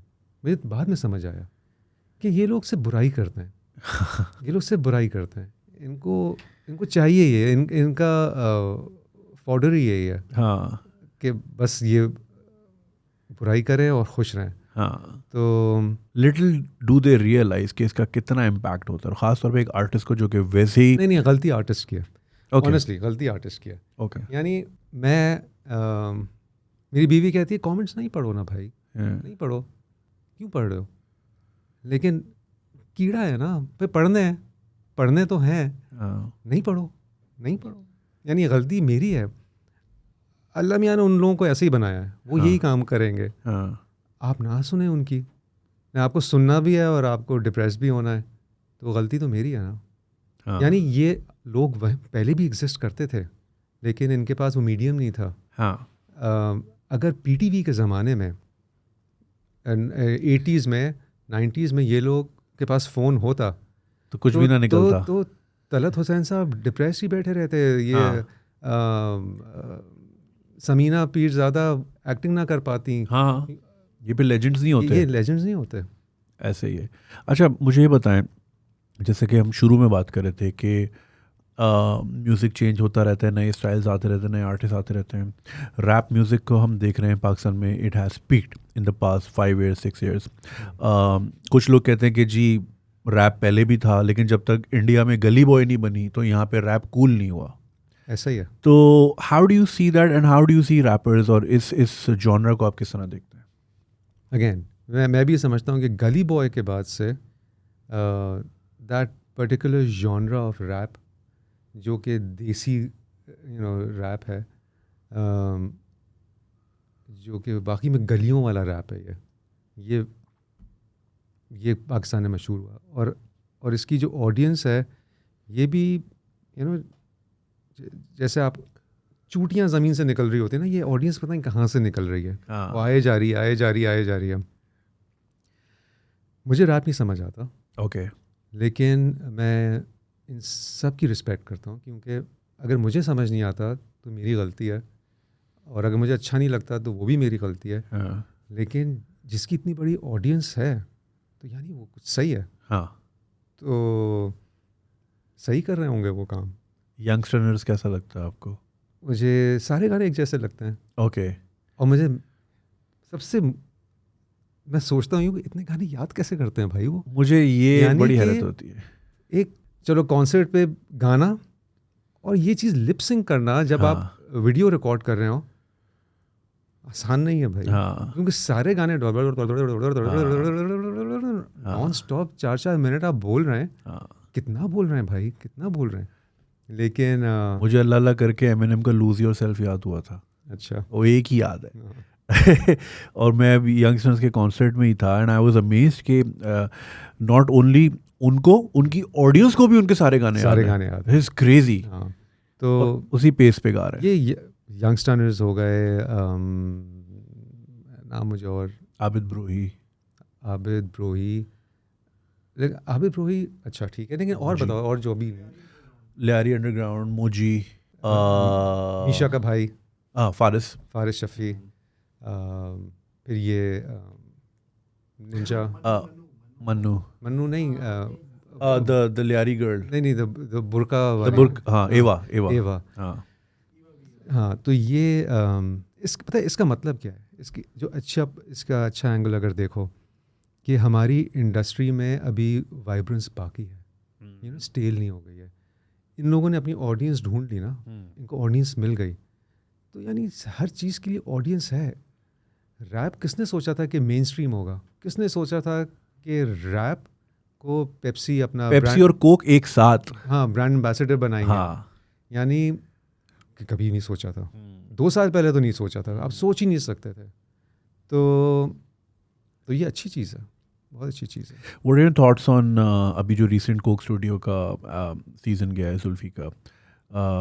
मुझे जो इस सीज़न में, अच्छा, फॉर द लॉन्गेस्ट टाइम मुझे कोक स्टूडियो, पता नहीं, मुझे ऐसी फील आती थी कि friends giving friends a platform, कोई नई चीज़ नहीं आ रही और वही पुराने गाने को 7 मिनट का कर दिया और बीच में 3 मिनट का गिटार आ गया। बहुत सारी जगहों पे ये हुआ, बट फिर आहिस्ता आहिस्ता अडाप्ट किया मैंने भी। इस बार जो मुझे चीज़ अच्छी लगी वो ये कि वीडियोस पे बड़ा खर्चा किया और हर लाइक स्टूडियो से बाहर निकले। ये पसूड़ी का अलग सेट लगा हुआ है, महरम का अलग सेट लगा हुआ है, and like well thought out, बहुत बजट लगा है। आपको कैसा लगा ये वाला सीज़न? मुझे बहुत अच्छा लगा, है ना? मुझे बहुत अच्छा लगा। और इसके मैं उनको 100 में से 100 दूंगा, क्योंकि इन्होंने मुझे ग्रेजुअली कन्विंस किया कि ये अच्छा है। और यानी आपको एक तो होता है ना कि हिट करे इंस्टेंट, और तो वो उतनी जल्दी ख़त्म भी हो जाता है। जब आप स्लोली और ग्रेजुअली आप पे कोई चीज़ ग्रो करे, उसका मतलब है कि उस चीज़ में कोई ऐसी चीज़ थी जो कि नई थी और आपको समझने में टाइम लगा। तो उसके तो 100 मार्क्स उनको देता हूँ। जब शुरू हुआ था तो मुझे लगा कि तू झूम बस ठीक गाना है, और वो डांसर्स क्यों हैं वहाँ पे। ऑब्वियसली मैं मेरी हिस्ट्री थी 4 साल कोक स्टूडियो में, उस एंगल से भी हल्की सी पिक्चर मैं देख रहा था। लेकिन फिर सेकंड गाना क्या आया था उनका? तो झूम के बाद कौन सा आया था कोक स्टूडियो में? पसूड़ी बहुत बाद में आया था। अच्छा, पीछे हट जब आया ना, हाँ, मुझे पीछे हट बहुत अच्छा लगा। और उसके बाद मुझे ये लगा कि नहीं, ये चीज़ अच्छी है, ये चीज़ मज़े की, सही कर रहे हैं। और फिर महरम ने मुझे उड़ा दिया। हाँ, महरम ने मुझे उड़ा दिया। और फिर मैं उनके सेट्स भी, ऑब्वियसली जब आप सेट्स के क्लोज़अप में जाते थे, डिटेल्स नज़र आती थी, तो पता लगता था कि हाँ, बहुत शॉर्टी काम है सेट्स पे ना। चीज़ें टूटी हुई थी, पेंट उखड़ा हुआ था, लेकिन वो इतना मैटर नहीं करता था, क्योंकि वो ऑब्वियसली उनके लिए ओवरऑल एक बड़ी पिक्चर वो देख रहे थे। वो इतनी डिटेल में उस तरह कहानी पे वो ज़्यादा काम कर रहे थे। कहानी क्या है, सेट की कंस्ट्रक्शन पे इतना काम नहीं था जितना कहानी पे काम था। क्या आप नैरेटिव क्या पुट अक्रॉस करना चाह रहे हैं? पर्टिकुलरली महरम की बात करें, बिकॉज महरम मैं सब ओवरऑल की बात कर रहा हूँ। तो फिर मैंने डिटेल्स भी देखना छोड़ दी। सही। मैंने कहा कि ये मैं कितनी चीप बात कर रहा हूँ कि मैं बिल्कुल एक वैसा बंदा बन रहा हूँ जो कि कमेंट करता है, ये ऐसा पेंट क्यों उखड़ा हुआ था पीछे से, ये पेंट क्यों उखड़ा है। मैंने कहा कि नहीं, ये मैं गलत कर रहा हूँ। फिर मैंने बिल्कुल एक बेसिक ऑडियंस बन के एंजॉय करना शुरू किया, and I loved every bit of it. Pasoori did wonders, like Hong Kong के क्लब्स में चल रहा है। So crazy. आपका भी हमने रिसेंटली देखा, and this is something very close to my heart, क्योंकि मैं पेमरा से केस भी लड़ा इसके ऊपर, बच्चों के कंटेंट के ऊपर, कि भाई बच्चों का कंटेंट क्यों नहीं आता हमारे टीवी पे। अभी जो मैं खान साहब का इंटरव्यू किया, पीपल वुड अज्यूम कि मैं पूछूंगा करप्शन क्यों थी, ये क्यों था, वो क्यों था। मैंने पूछा टीवी पे ना कोई नेशनल ज्योग्राफिक आता है, ना डिस्कवरी आता है, हमारे बच्चे किससे इंस्पायर हों। तो ये this is something very close to my heart and I am also working on बच्चों का चैनल। नेशनल ज्योग्राफिक तो आता है, वो आपका डिश टीवी अपना लगा हुआ होगा ना, केबल पे नहीं वो आता। मैं असेंबली के लाइव सेशंस की बात कर रहा हूँ। ये आया ना अनवर मकसूद फ्लेवर। सो तो मैंने जब वो देखा आपने राइम्स बनाई बच्चों की, मुझे बहुत खुशी हुई। तो why did you think of doing that? आपका थॉट प्रोसेस क्या था? मेरा थॉट प्रोसेस तो मेरे बचपन से चल रहा था, और मुझे ये पता था कि मुझे बच्चों के लिए कुछ करना है। फैसल से मैंने स्ट्रिंग्स के ज़माने में भी बहुत दफ़ा कहा क्या कुछ करते हैं, कुछ बच्चों के लिए बनाते हैं, लेकिन स्ट्रिंग्स की मसरूफियत हमेशा ऐसी रही कि हम नहीं कर सके वो। सोहेल राना के शोज़ देख के मैं बड़ा हुआ, संग संग चलते रहना। अच्छा, फिर हम सूरज चांद सितारे आता था ब्लैक एंड वाइट ज़माने में, उसकी मेमोरीज़ भी हैं। जिसमें अफशान थी? जिसमें अफशान थी, Yes. उसकी भी मेमोरीज़ हैं। मैं शायद 2, 2.5, 3, 4, 5 साल का होऊंगा, याद नहीं, लेकिन उसकी भी मेमोरीज़ हैं। उसके बाद दूसरा उनका शो शुरू हुआ। फिर जब सेसमी स्ट्रीट देखा मैंने पहली दफ़ा, मैं लंदन गया अब्बा के साथ, तो मैं कहा वो बच्चों के गाने तो ऐसे होते, ये कैसे हैं? हाँ। इसमें क्या फ़र्क है? ये मुझे क्यों ज़्यादा अपील कर रहे हैं? हाँ। तो मुझे नहीं समझ आया। फिर पाकिस्तान में फ्रैगल रॉक आना शुरू हुआ, वो गाने में सुनता था और मैं कहता था कि ये तो बिल्कुल नॉर्मल गाने, जैसे कि अब्बा अपनी इंग्लिश म्यूज़िक चलाते हैं, ये तो वो वाले गाने हैं, लेकिन ये बच्चों के लिए कैसे हैं? वो चीज़ मेरे दिमाग में चलना शुरू हुई। ये उस ज़माने का कोको मेलन है। ये उस ज़माने का कोको मेलन है। अच्छा, फिर जब मेरे बच्चे बड़े हो रहे थे तो उनके लिए कोई कंटेंट नहीं था, तो VHS पे बार्नी, नॉडी, एक आध और इस तरह की चीज़ें होती थी, वो हम ला के देते थे। और मैं टीना से ही कहता था कि यार कोई उर्दू में कुछ है ही नहीं। मैं जब बड़ा हो रहा था तो मैं अरशद महमूद जो कंपोज़र हैं, वो हमें घर पे आके अब्बा के साथ वो गपशप के उनके सेशंस लगते थे, तो गिटार लेके आते थे, तो हमेशा मैं और मेरी बहन बैठ जाते थे कि हमें अक्कड़ बक्कड़ सुनाए, हमें बीबी मैंड की सुनाए, सज कब के गाने, नाव में नदी डूब चली, वो सुनाए। हम वो मैंने अपने बच्चों को गिटार पे बैठ के अक्कड़ बक्कड़ सुनाया, उनको कोई इंटरेस्ट नहीं आया। तो मैंने कहा चलो ये तो ख़त्म, और कुछ है ही नहीं। मैंने उनको वो 2 कैसेट्स की एक एल्बम थी सोहेल राना की, शालीमार ने रिलीज़ की थी, वो लगा के सुनाई। मैं कहा हम ये सुनते थे, उनको नहीं समझ आया। वो बारनी देखते थे, वो नॉडी देखते थे। मैं टीना से कहता था कि यार कुछ है ही नहीं बच्चों। तो ये जब ये EBM की कॉल आई थी मेरे पास, और उन्होंने कहा कि हमें ग्लूको का ये प्रोजेक्ट है और हमें 8 नर्सरी राइम्स बनानी है इन उर्दू।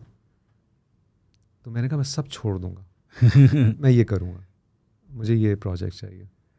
और उन्होंने कहा कि ये 8 जानवर हैं और इन पे राइम्स चाहिए। मैंने अपनी रिसर्च की कि उर्दू की राइम्स हैं क्या, अवेलेबल क्या हैं।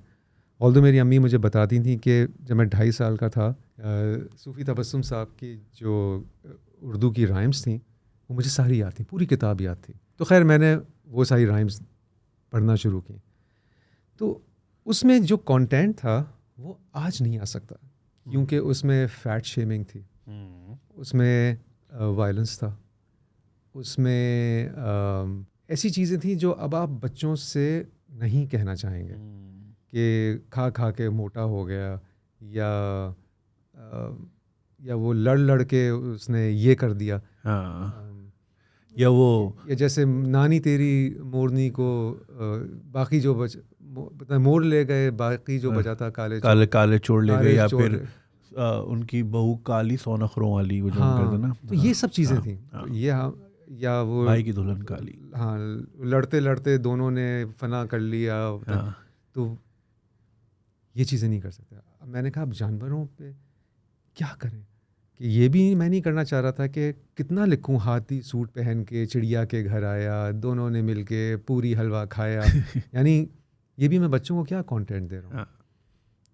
तो मैं परेशान हो गया ना, मैं कहा कि 8 जानवर हैं, मैं लिखूं क्या।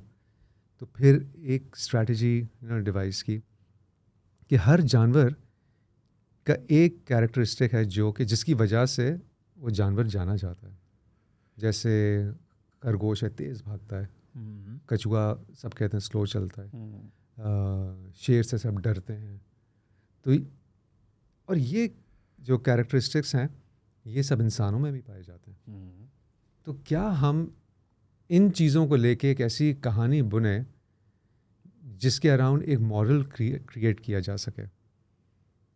तो if that characteristic was the thesis of my story, तो जो मॉरल मैंने रखा उसकी एंटीथीसिस में रखा। ये मैं अपने दिमाग में एक स्ट्रक्चर बनाया जिससे मेरा काम आसान होता गया। सही। अब कछुआ, कुचू कुचू कछुआ कैसे चलता है, हल्के हल्के हल्के चलता है। हम हर इंसान जब कछुए की बात करें तो हल्के चलता है, इसका मतलब ये है कि हम बहुत जल्दी एक तो जज करते हैं लोगों को कि ये तो यही है, लेकिन आगे राइम में है पानी मिल जाए तो डुबकी लगाए, तेज तेज तेज तेज तैरता ही जाए। यानी आप इंसान को अपनी स्पेस तो दें, जब आप उसको अपनी स्पेस देंगे तो परफॉर्म करेगा। हाँ, दैट्स गुड। ठीक है, ये कछुए की राइम थी। खरगोश की है, मैं तो एक खरगोश हूँ, एक बात बताता हूँ, कोई मुझको पकड़े झट से भाग जाता हूँ, भागता मैं तेज़ हूँ सबको है पता, रफ्तार जो मुझे मिली कुदरत की है अता, पर जानता नहीं कोई मैं थक भी जाता हूँ, फिर भी दौड़ने में पूरा दम लगाता हूँ। यानी वो कह रहा है कि रफ्तार जो मुझे मिली कुदरत की है अता, यानी अल्लाह मियाँ का गिफ्ट है। अल्लाह मियाँ आप सबको गिफ्ट देते हैं, आप ढूंढ लें और डिस्कवर कर लें तो आपकी किस्मत है। But that gift is not enough, you have to practise and polish that gift. यानी नडाल जो है, अगर इफ़ ही इज़ नंबर 1 तो वो जितनी प्रैक्टिस करता है वो उसी को पता है ना। यानी टेनिस का गिफ्ट तो अल्लाह मियाँ ने दे दिया है, पर पॉलिश उसने करना है। जानता नहीं कोई मैं थक भी जाता हूँ, फिर भी दौड़ने में पूरा दम लगाता हूँ। तो ये खरगोश है। इसी तरह चिड़िया की जो राइम थी, that was all about compassion. पिंजरे में चिड़िया गाना गा रही है, that is something we see every day. पिंजरे में चिड़िया चूं चूं करती है, अरे कितना अच्छा गा रही है। वॉइस ऑफ रीज़न कम्स, उसको अपने घोंसले की याद आ रही है। पिंजरा मैं खोल दूं तो उड़ जाएगी, यानी बेचा पिंजरा नहीं खोलना, चिड़िया उड़ जाएगी। लेकिन वॉइस ऑफ रीज़न क्या है, जाके अपने बच्चों को खाना खिलाएगी। तो ये कंपैशन सिखा रहा है। तो इस तरह मैंने फिर सारी राइम्स में मॉरल लेसन ढूंढा कि कुछ बच्चों को मिले, तो अभी ना समझ आए, जब बड़े होंगे तो समझ आएगा। लेकिन आएगा। एटलीस्ट उनके दिमागों में एच तो हो जाएगा। बिल्कुल। और फिर like once they sit down as let's say late teen or 20s and like अच्छा इसका ये मतलब था। यानी जब मैं बच्चा था, जब मैं म्यूज़िक सुन रहा था, मुझे नहीं पता था मैं क्या सुन रहा हूँ, लेकिन मुझे लग रहा था कि मैं कुछ सुन रहा हूँ जो कि कुछ है, डिफरेंट है। तो हम बच्चों की इंटेलेक्ट को हमें डाउट नहीं करना चाहिए कि बच्चा ऐसे कुछ भी दे दो, नहीं ना, इसको समझ आ रही है, बता नहीं पा रहा है। हाँ, समझ आएगी। तो आप भी उस पे उतनी मेहनत करें जितनी कि आप दूसरे कामों पे करते हैं। उन बच्चों को भी उतनी मेहनत की ज़रूरत है अपने कंटेंट के लिए। I have a confession to make. जब सर की ये पहाड़ आया था, मैं क्लास 1 में था, तो मुझे सर की ये पहाड़ लाइन नहीं समझ आती थी। मतलब सर की है ये पहाड़, तो मैं यही बोलता था अनटिल जब आपका दूर एल्बम आया और उसमें रिप्राइज वर्जन आया, उसमें लिरिक्स भी लिखे हुए थे। मैं ओ सर किए ये पहाड़, सर किए। चलो तुम तो फिर भी बेहतर हो। किसी ने कहा ये सड़ गई है बाहर जो है ना, ये क्या है। तो चलो ये तो बेहतर है। बहुत सारे लोगों को अभी भी नहीं पता है। हाँ, ये भी होता है।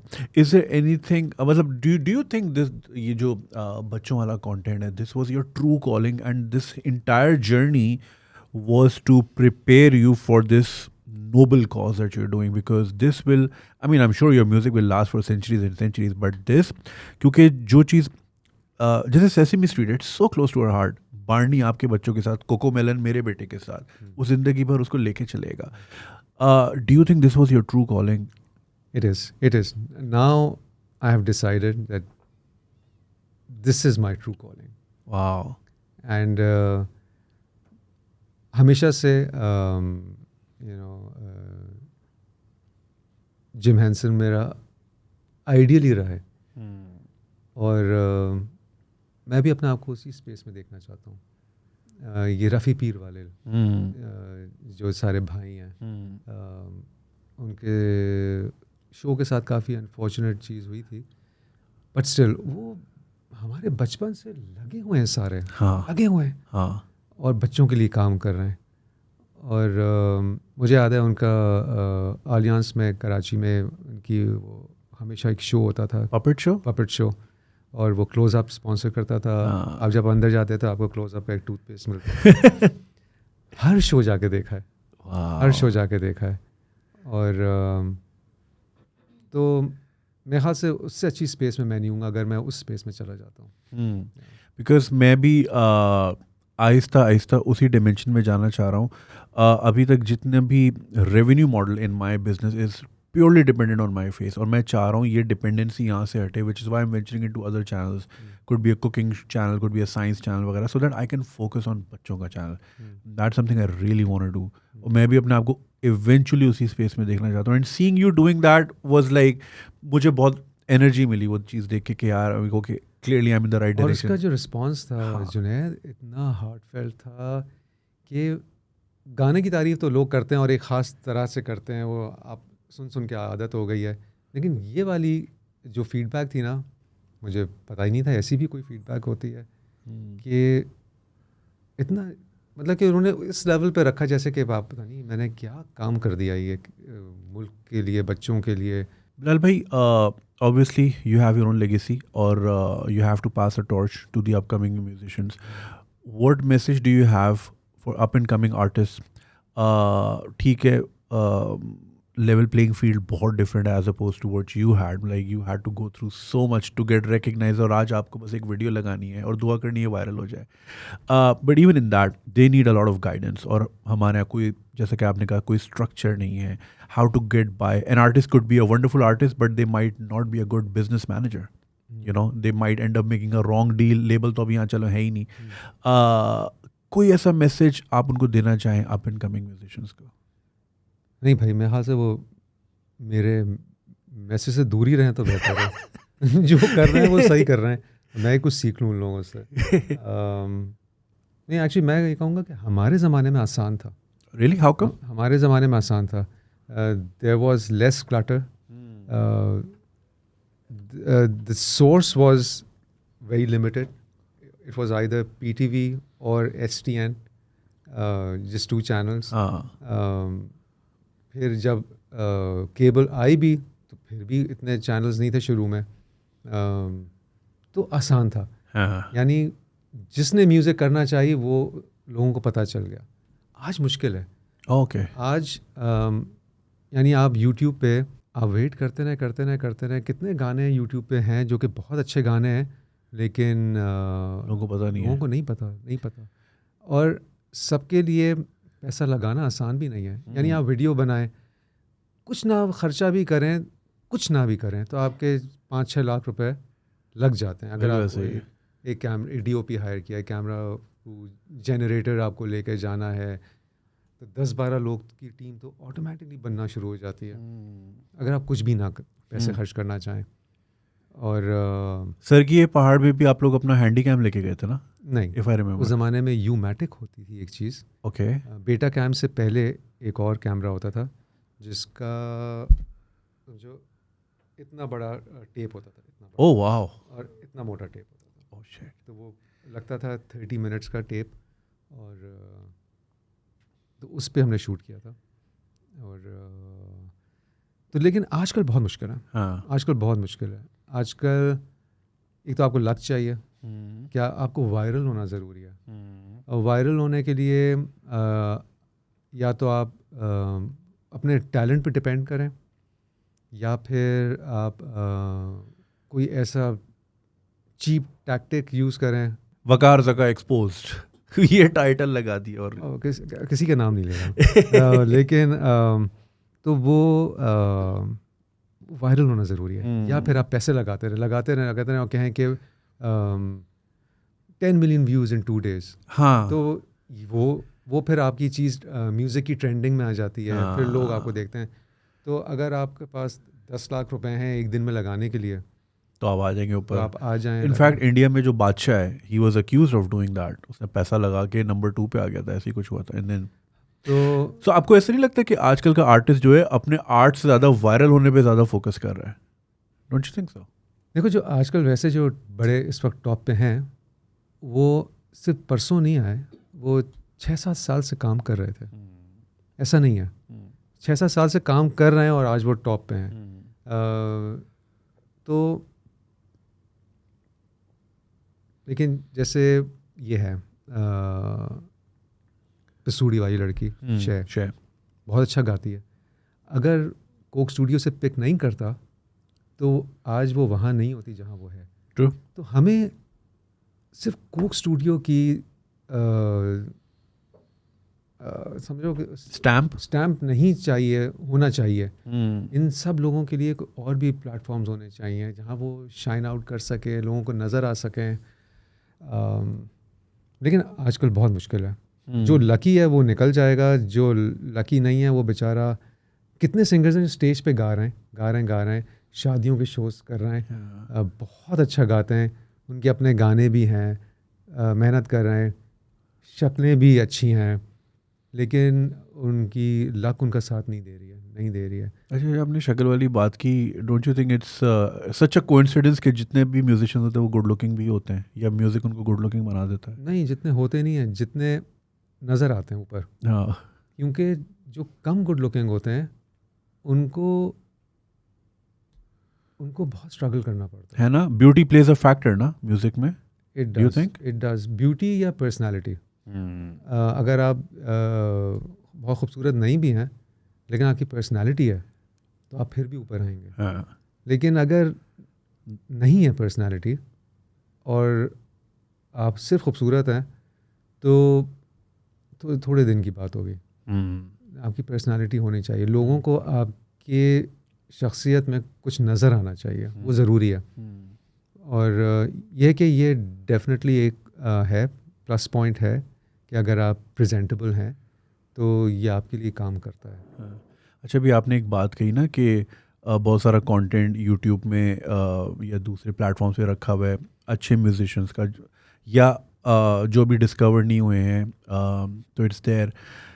ये तो बात हो गई उनकी जिनको लोग नहीं जानते।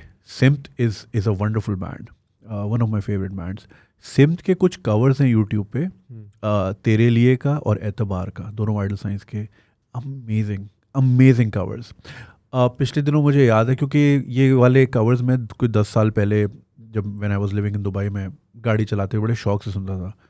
मुझे ये रिकॉल हुआ, मैं वापस गया तो उन वीडियोस में अभी भी 10-12 हज़ार व्यूज़ ही हैं। हालांकि सिम्थ इज़ सिम्थ और बहुत अच्छे कवर्स हैं, लेकिन वही कि जब इतना नोन बैंड भी कि ये कवर्स डिस्कवर नहीं हो पाए तो आप सोच ही लें जो अननोन है वो क्या ही डिस्कवर होगा। बिल्कुल, अब वही कह बहुत मुश्किल है आजकल, बहुत मुश्किल है। खैर बिलाल भाई, thank you so much, it was a wonderful session and one of my dreams come true. और एक चीज़ मैंने पूछनी थी जाने से पहले, क्या आप संजय दत्त को फ़ोन मिला सकते हैं इफ़ यू वांट टू? नहीं, like you don't have to, कि like is he on your speed dial like that, because that's like the coolest thing. नहीं, फैसल के स्पीड डायल पे हो सकता है। ओके, क्योंकि मैं, अच्छा आप शायद, हाँ मैं उस तरह, मैं पता है ना फ़ोन पे मैं नहीं बात। अच्छा आप तो बात ही नहीं करते फ़ोन पे। सही है। Thank you so much Bilal भाई, it was wonderful and I wish you all the best and I am really looking forward to your children content. और नया जिन लोगों ने नहीं सुना है ज़रूर चेक आउट करें, it's a wonderful track. Link मैंने डिस्क्रिप्शन में दिया हुआ है and do not forget to follow Bilal भाई। ऑफ कोर्स आप करते ही होंगे, अगर नहीं करते तो ज़रूर करें, इनके लाइव सेशंस बहुत मज़े के होते हैं इंस्टाग्राम पे। तो अपना ख्याल रखिएगा, सब्सक्राइब करना नहीं भूलिएगा and you can support on patreon.com/ganjiswag। तब तक के लिए खुदा हाफिज़। Thank you.